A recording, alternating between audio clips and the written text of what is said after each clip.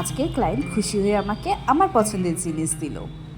আজ সকাল সকাল স্টুডিও ওপেন করেই আমি আমার স্টুডিওটা একটু গুছিয়ে নিই, কারণ আগের দিন রাত্রে তেমনভাবে আমি গুছাতে পারিনি।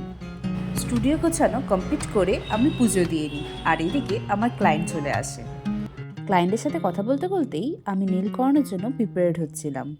ক্লায়েন্ট লাস্ট টাইম যে নীলসটা করেছিল ক্রিসমাস থিমের উপরে, সেটা এতটাই দারুণ হয়েছিল যে আমার নিজেরই তুলতে ইচ্ছা হচ্ছিল না, কিন্তু ক্লায়েন্টের ইচ্ছা ছিল একটা নতুন ডিজাইন করার।